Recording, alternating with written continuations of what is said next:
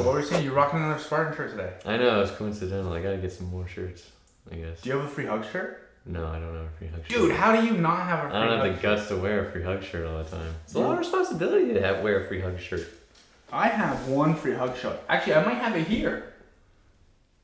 I don't I remember. used to have a free hug shirt, but I just can't handle the responsibility. You wear it. You don't want hugs? It's not that I don't want hugs. It's just that.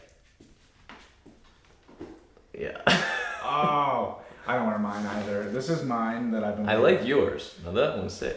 Yep, this is the Love Your Lawn edition. I did make myself a little shirt this one time, because Tom calls me the wizard or whatever. Sick. So I made like the wizard shirt and What like does the wizard shirt look like? It's like a tech. It's got this on the back the silhouette of a wizard's head, but then it's like this tech overlay graphic through it. So yeah. Tech. I don't know, like a grid, grid lines or something, Yeah. and then the circles or whatever. Are you good with tech stuff? I happen to be good at doing computer stuff. I don't know if I would say I'm good at tech stuff. You do the website and stuff. Yeah. I do the website. Squarespace is pretty intuitive. Pretty Are we sponsored by Squarespace yet? We're not sponsored by Squarespace yet. Not yet. Not yet. But soon it'll be brought to us. We're gonna get some sick sponsorships on this, I think. I think we're gonna get like a hardware Dunkin' store. Donuts is the Dunkin' Donuts needs to be. Yeah, dude. Like the most fitting is Dunkin' Donuts sponsorship. Yeah. And hopefully they don't give us money. Hopefully they just give us coffee. You just want the coffee. And wake up wraps. Like pretty much every sweetheart. I do like the wake up wraps. Oh yeah. When we went down to Barrie, we went after to Dunkin' Donuts. Yeah. Every Sweethearts and Heroes shoot is sponsored by Dunkin' Donuts. Abby is an absolute fiend for Dunkin' Donuts. I love the wake up wraps. Yeah. Every time we go there, she's like, you can't get a lot of food. And it's like 6 a.m. and I have no restraint and we end up like... Well, the wake up wraps are pretty small. You gotta get a lot of That's not what I get, dude. I get we get like four of the chicken red pepper wraps. We get 2 orders of the toast, of the, what are they called? What are the things called? Tater tots. Tater tots. We get 2 packs of tater tots, 2 wake up wraps, 2 large coffees black, and it comes out to be like $50. Holy crap. And we smash it before we leave the parking lot, basically. Nice. And then we go film all day. Nice. Powered by Dunkin'. Powered by Dunkin'. So Sweethearts and Heroes powered by Dunkin'. Yeah, that's definitely the move. Yeah. Basically. So that would definitely be one sponsorship for this. Definitely be a sponsorship. So, you're the wizard. I didn't know that he called you that. Yeah, he just started calling me the wizard. He doesn't call me directly the wizard. He tells everybody else, we got our guy here, the wizard. You don't really see him, but he does all this stuff. So. Yeah.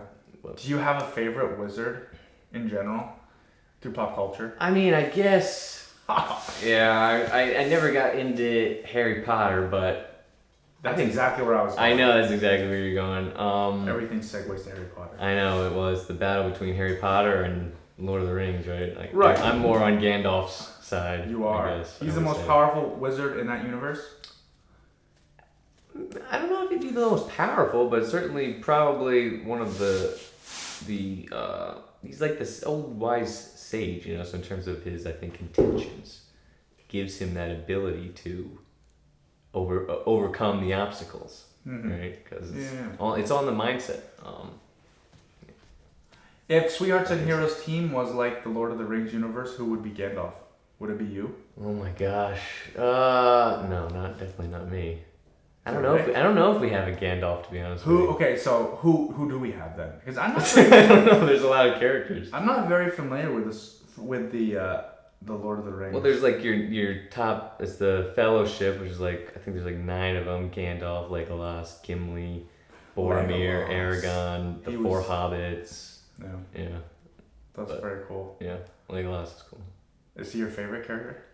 Legolas probably, but actually, growing up, it's like you like Aragorn, you like Legolas, you like Gandalf, because they got the cool powers and weapons and stuff. But you watch those movies again as an adult. Yeah. Turns out the hobbits are really the ones that you really resonate with most, because they're like the normal folk. They're just focused on positive, simple living, doing their own thing, being kind to people. Like they just do their daily routine, and the whole point is they get taken out of that and thrown into this crazy chaos adventure that, it really is fascinating because the hobbits are the most ordinary and the most unextraordinary in the almost the superficial external ways, and yet they're the most extraordinary on the internal ways. Why are they most on the inside? Because of their they're just kind. They're just good-hearted people. Yeah. They they just are the ones that focus on doing good, you know? And that's, I think, what they're very unselfish. They're very kind of indulgent in some ways. Yeah. But they're, they just know what's right. You can just, all the choices they make seems to point that direction. And so what's like the main, so I'm not a huge Lord of the Rings fan. Yeah. I don't dislike it. I just didn't ever get it's like Harry Potter. I don't dislike it. I just never got into it. Never got into it, exactly. So the general character arc that Frodo has to go through in his he's bringing the ring to destroy the ring. Yeah. The ring corrupts everyone who owns it, or possesses it. Yeah. And that's the big piece. Is it's almost it kind of corrupts Frodo in a lot of ways, and that's kind of why Sam is there, because he has to help him. But that's one of the big things about the whole story is the hobbits are fairly immune to that corruption, because the corruption goes after, I think, your deep-seated intentions, your deep-seated desires, your deep-seated wants that you might not externally express, but the thoughts are there. Yeah. And I think that's why the hobbits really are able to handle it, because it eventually weighs down on you at some point, but initially, they're very resistant and resilient to that, and I think it's because of their mindset. Yeah, 100%. That's just crazy how much mindset and values, mindset, values, core values, how you operate your life, all these different things, how they all intertwine to make who the character is, and you put all the cast of Lord of the Rings on paper, like you say, the ones that really stick out to you are the super ones, right? Right. But although they're super, they are flawed. Yeah. And Gandalf didn't want the ring, right? Because he knew it would take him over. Yeah. Yeah. Yeah, that's really interesting. Fascinating. It's really interesting how Frodo's characteristics and kind of values. Yeah. Are you into core values at all, and setting core values or principles? You should ask. Oh, why? We've been working on our Brave program this summer, a revamp of our Brave, and we Abby just got done the first draft of the leadership videos, and sick. So it's all about we call it why superheroes paint their nails, and it's based off of these core, I don't know if they're exactly core values, but they're core lessons. Okay. And I think they can be core values. I think Tom refers to them more as core lessons that he's learned in behavior modeling. But really they just as good as core values. And core values is massive, because again, it goes back to your mindset and what you're pursuing. And that's actually kind of one of the things I was bringing in my mind today, was this concept of the way you think about things and the power of positive thinking. Yeah. And the deep-seated thoughts and intentions where we don't necessarily even realize we're thinking in certain ways. But when you have a set of principles, a set of core values, or a set of behaviors and things that you want to model, especially for other people, it really helps you start to reflect on that and point to, you almost convict yourself. Mm-hmm. Really, once you start applying them and living them out, it convicts you in terms of what's your actual intention, what's your actual thought process around this. You might say one thing and do something completely different, and so core values are big. Yeah. They just kind of align the post that you're trying to aim for. You might miss the post, however, you missed the post, and most people will try to fix that. Yeah, I don't think it's necessarily about being perfect. In fact, it's not about being. You're gonna fail. Yeah. And that's a big thing to do. Like you have to fail, I think, in order to move forward, in order to learn. Like you can learn from success, but I think you learn obviously a very cliche concept. I think you learn a lot more from your failures and your and stuff. But if you keep it consistently in your mind and it's something you're constantly applying, it takes time, it takes a lot of practice, and you're going to screw up to a point where it's like, you might get upset about something and express it and you're thinking it and feeling it, but if you catch yourself in those moments and you start to retrain, and it's like, don't disregard it. Don't disregard the fact that you just did it. It's like, do it now. Yeah. Like you got angry, you got upset. Okay, now in that moment, when you recognize that you did that, pause and do what you want to do. Because once you do that over and over and over again, that becomes your habit. That becomes your way of thinking with it. Yeah, so this is actually really neat because you're touching on a core human skill of being aware of something. Self-awareness. Yeah. So you've basically taken, and you read some books about habit and stuff, the environment or some kind of a trigger to start a habit is crucial and part of the habit cycle. Yeah, I think there's Atomic Habits or something by James Clear. Yeah. It's good to attach it to something. It's attaching it to something. So the fact that maybe I just tripped up on my core values, that alarms me that there's my trigger. Yeah. Now I can fix it or eventually sense before I trip up. Do you know what I'm saying? Yeah, So it's just kind of like a reference point morally or whatever, even if it's eating healthy, maybe if health's one of your core values, to be healthy for maybe generations to come, so you can help them through life or whatever, for sure. And then right before you eat the cheeseburger, you might be like, maybe I shouldn't eat this cheeseburger, Yeah, exactly. And you might eat the cheeseburger, you might have the cheeseburger, and you're like, I'm starting to feel like crap. Yeah. I know this isn't really towards my goals, set it aside, And that's interesting. You said goals. So core values are different than goals, huh? Or are they more of like principle goals, and you can kind of reverse engineer maybe smaller like daily or larger time frame goals based on those core values? No, I think the core values are how you want to live your life. Yeah. And I think there are a lot of varying goals that you can attach to that pursuit of living your life a certain way.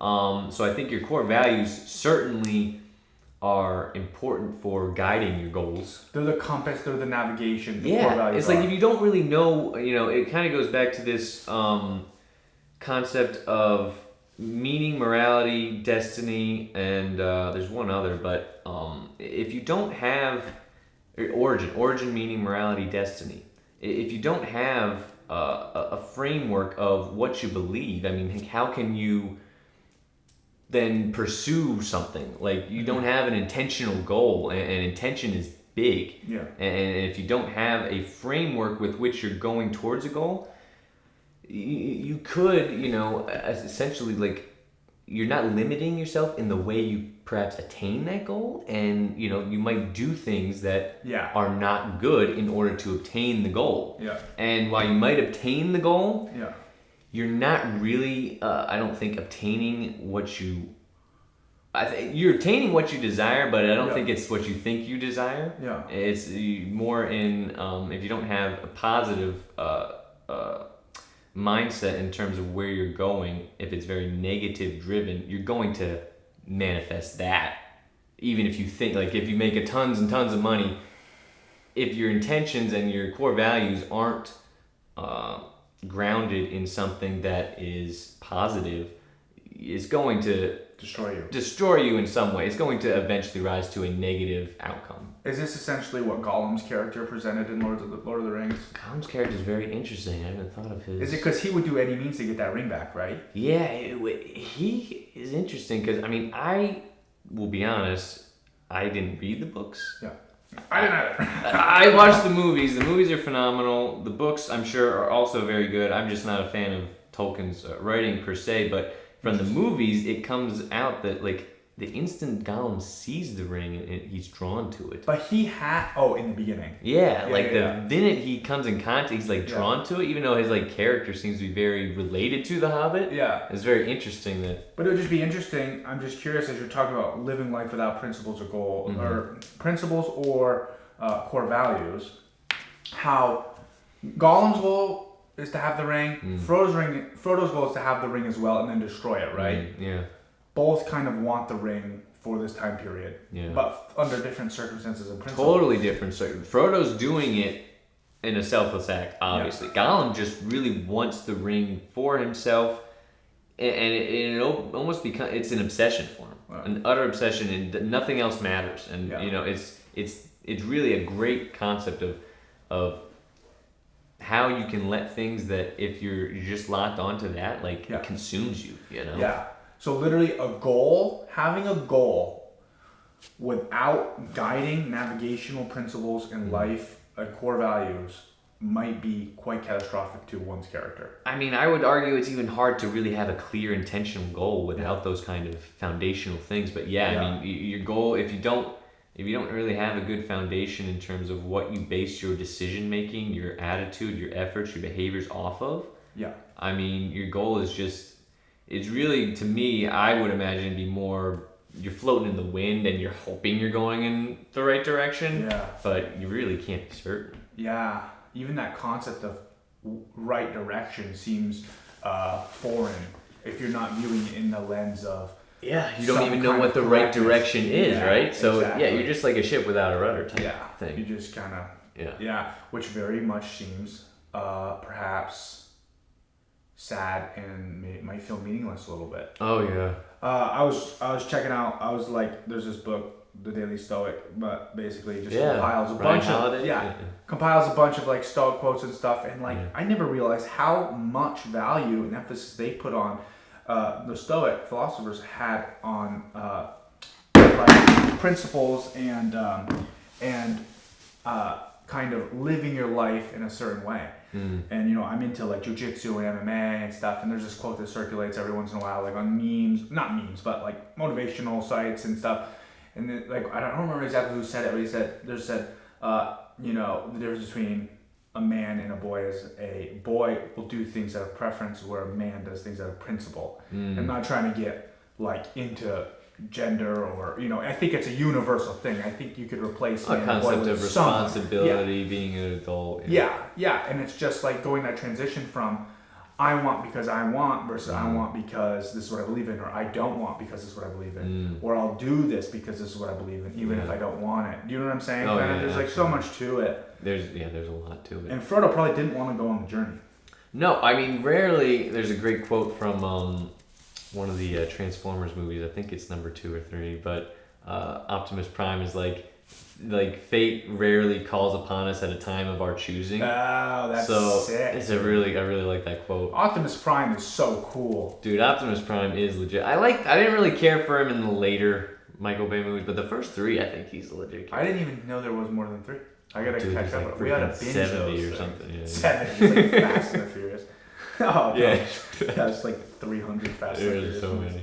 Yeah. Well, that's sick. That's very, very cool. No, so I think Frodo probably didn't want to go on that journey, but it goes back to he knew it was the right thing to do. Yeah. And he had he might not have had a conscious set of core values, or I don't know, but he clearly lived by certain principles that he knew he had to do what he had to do. Yeah. And so. That's sweet. And you say you're working on this part of the Braves program. So the Braves, not program. It's the Braves class, right? It's a year-long class. This leadership. So there's some different components to leadership. To like what is leadership in general. Influence we talk about. We talk about the environment, and we talk about behavior modeling. Those are kind of the 3 things that don't determine like a type of leader, but those are really the elements that make up what leadership is. They're people that we look up to, that have prestige, that we are influenced by and follow their lead. The environment dictates usually what kind of leadership is occurring in that environment. If I'm a student in a classroom with a teacher, the teacher's obviously probably the leader. Yeah. If I'm with my buddies, I might be the leader. Yeah, true. And then behavior modeling is really where the why superheroes paint their fingernails extends from, is that whole behavior modeling concept. We got this one red thumb reminder, and it's about all the behaviors that we tell other people to do, or the things that we tell other people to do but don't do ourselves. Yeah. So again, it's that self-reflective process. But it's all about, modeling hope for people. A bunch of lessons on behavior modeling, and how you can. It's just great that you can apply them to your own core values and lifestyle as you progress and develop it. But yeah, that full leadership series with the fingernails is kind of our 102 leadership, advanced leadership. Okay. The elements of influence, environment, behavior modeling, that's kind of foundational. Right. But it's also touched upon in further depth. Cool. So yeah, it's really powerful. Now, do you know why there might be why paint your fingernails? This is why Tom paints his fingernails, right? Does Pat do this as well? Pat does do this, yes, and he does have his own lessons and on his values that he's come up with. Yeah. Interesting. So, what's the significance of putting those where everyone can see them on your fingernails? Well, I think it's twofold. One, it's a daily reminder for you, right? And we just get so distracted, and the world is so distracting today that you really need to, in some fashion, whether it's painting your fingernails, whether it's writing it on your bathroom mirror, whether it's wearing a piece of jewelry, like you need something to... Like a signal almost? Remind yourself, like a ring on your finger? Like a ring Frodo? on your Yeah, exactly. And with Tom, like with the red thumb reminder, it's like every time you look down and was going to text while it's like you see the red thumb and it reminds you. Yeah. So I think that's a big one is the physical reminder, is because we're in a world of distraction. We can't keep everything up here all the time with the amount of stuff that's out there. So we just get off course sometimes. Yeah. We just need something to get us back on track. But the second thing, which is probably even more important, is I think it brings up conversations with other people. Clearly, it's like, that's a big starter. Like, it's flag in your mind, like, whoa, what is that guy doing with? Because it's unusual. Yeah, and it's not like uniform colors. My understanding, they're all different colors. They're all different colors. So it's kind of a spectacle. Yep. So it's a really creative way to wear them on yourself and have a physical reminder, as well as bring up those conversations around that kind of stuff. Yeah. And it also kind of convicts you, like. You tell somebody about these, your red thumb reminder, and you text it, and you don't text and drive, or whatever. That's kind of where the red thumb reminder originated from. I think in like 2014 or something. But it's like somebody sitting next to you in the car and they see you doing it. It's like, dude, what are you doing? Yeah. Follow your core values. So it also like almost allows other people to like hold you accountable. Yeah. So hold you accountable. To what you said. So, fingernails might not be for everybody, but there are certainly plenty. You could just carry a piece of paper in your pocket. Yeah. Like something in your wallet or something. The concept is the space repetitive kind of like returning to it daily, and the signals to remind yourself of it, Yeah, that's awesome. That's a great way to kind of subtly or not so subtly, depending on your method, hold yourself accountable. Yeah. Because it's tricky, man. It's very tricky. It's not like you're purposely trying to break your... guidelines. It just kind of happens. Yeah, well, it can just kind of happen. It's interesting. Tom, these lessons are more than just things that he wants to exemplify. It's the things you struggle with the most. Yeah. Oh. It's these are the lessons that he needs the most. Yeah. These might not be the lessons that you need the most. Right, and maybe that's why Pat has different ones, or whoever might have their own. Exactly. We all struggle with different things, and so. The lessons, the ones that I think you should carry around are the ones that you notice are almost your weaknesses. Yeah. But you want to embody a certain way of living that's almost counter to it. Yeah, it's like they're like mini goals slash also core value kind of hybrid, because I'm going to choose my goal or my fingernails and my lessons based on my own core values that I've set in my life. Like, these are not Tom or Pat's core values probably. These are probably just lessons that align with how...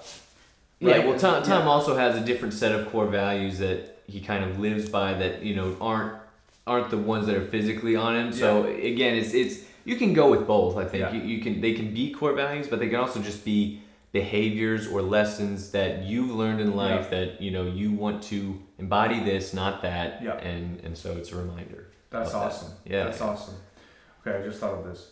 Transformers again. We're back on this. Yeah, Transformers. Okay, if you could transform into any piece of machinery, anything at all, what would you transform into? That's a tough question. And it could be like a soda machine, because that counts. Because there's one that transforms into a soda machine. Well, do you have like an idea of what you would transform into? Or? No, I just thought of the question. I haven't thought of my answer yet. Oh shoot. Do you have anything that's jumping out to you right now? I don't know. The first thing I would think of would be, I don't know, a plane. I mean, why'd you go plane? I was thinking plane for a second. Well, I was thinking like the concept of flying is something I know I could never experience like that as a human.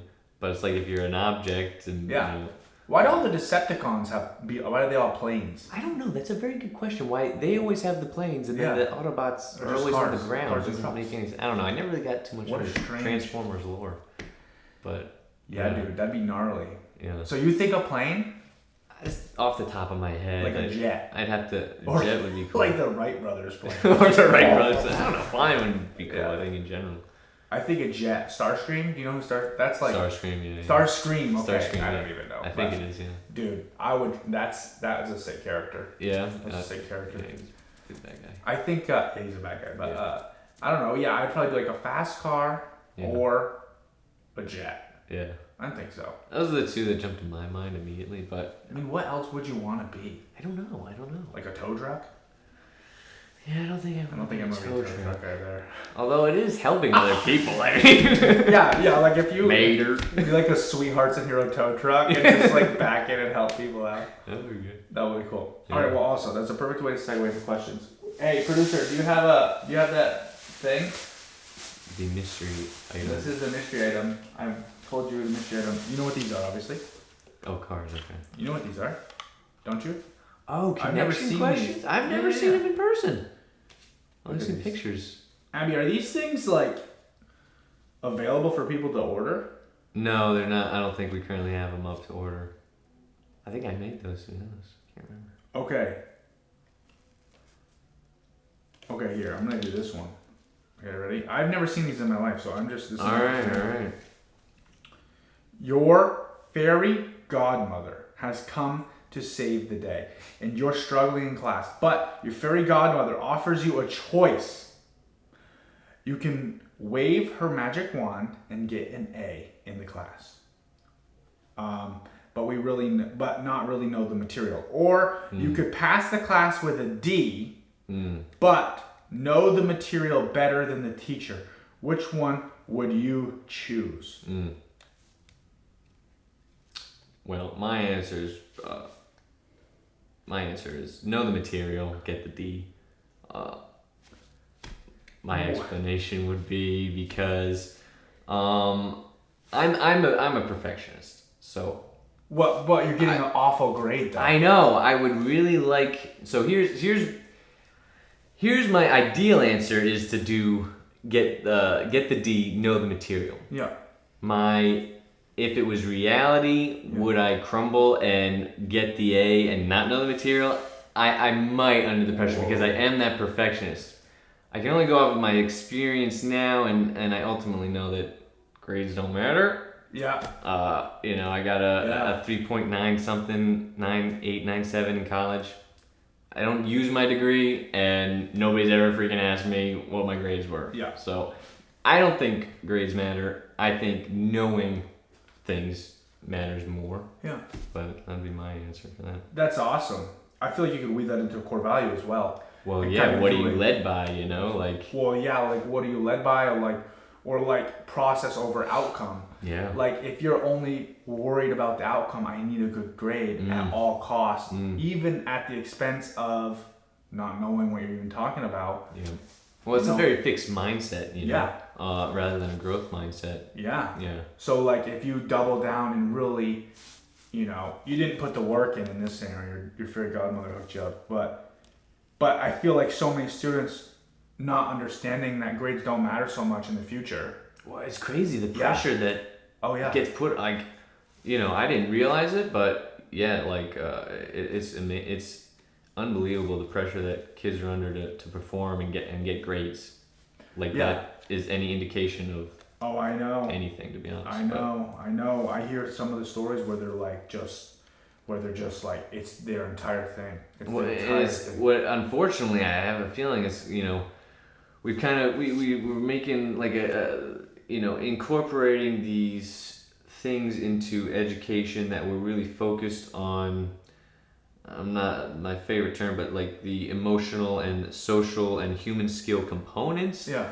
And it feels like, I don't know, we don't really know where the direction is going, but it feels like a lot of energy is being directed in terms of reverting back to more of the 80s, 90s, 70s, like that kind of schooling, which really is very focused on test taking and improving grades. So it's going to be a fascinating, I think, school year for that reason. But yeah. 100%, yeah. Yeah, it's interesting how it all navigate and like in hindsight how it's all going to kind of play out. Yeah. Okay. All right. This is a different one. Okay. Actually, you know what? I'm going to hit you up with this one here. Okay. I avoid going to circles so I don't have to answer these questions. Well, these are kind of cool because they're all color coordinated. Like I'm just touching these for the first time, but these are really. We got these on our circle classroom. Like we don't have the physical copies, but we have printable sheets. You should print these out. If you do circles, you should print these out. I'm like, there's so much here. Oh yeah, that we got our kind of like we got not generic, but we got like our core set of connection questions, but then we got special ones that focus on teachers, that focus on goofy kind of icebreakers, that kind of focus on leaning towards gratitude. We got some other ones too. I think some discussion bundle ones. So our circle classroom has all the printables. You can print them out, cut them out, and they'll kind of be that size. So yeah. No, this is sick.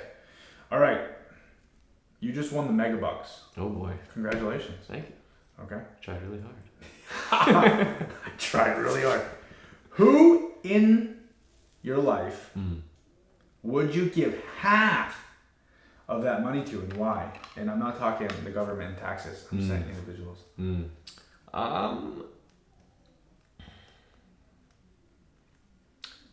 I guess I would say my parents. One, because I'm not big into the concept of, especially for people who haven't really, like, if you're very, young and kind of new into your economic development, your life, like whatever, like getting free stuff, I'm sure, is probably not good for your work ethic, for your, for like, if people offer you free stuff, Tom says, don't take it. There might be a caveat with that. Like there might be a caveat, but it might be string free in terms of on their end. But what is it doing to you accepting this, large sum of money when you unearned? Yeah. So you don't understand.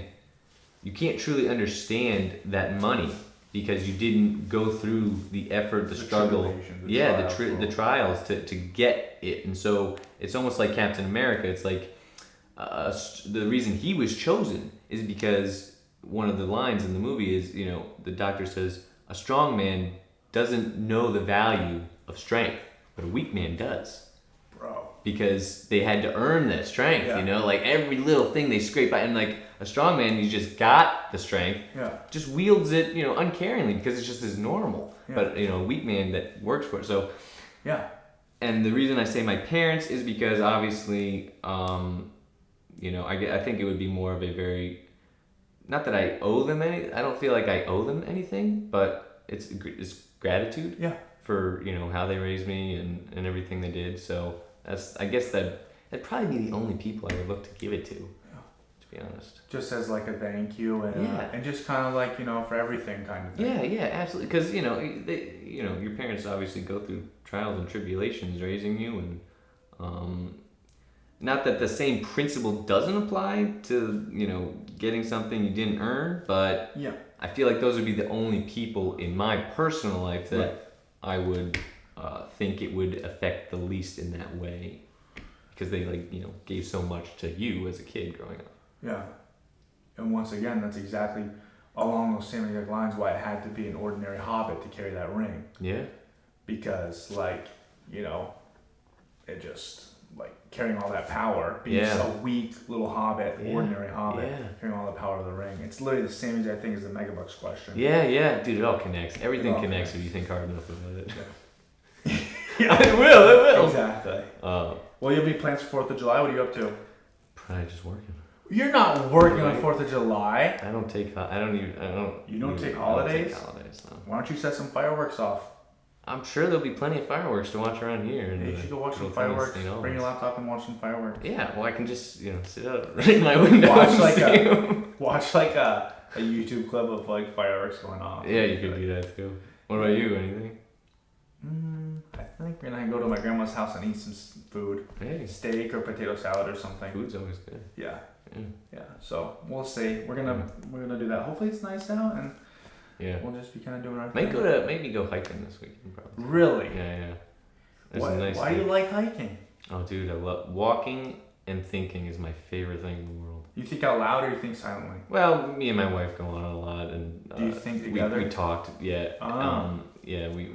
I like to call them our reasoning sessions. Really? And that's our later conversation. Yeah, I would love to learn about all this. Yeah. But no, walking and thinking is just my favorite thing. Obviously, motion, brain rule number 1 is motion.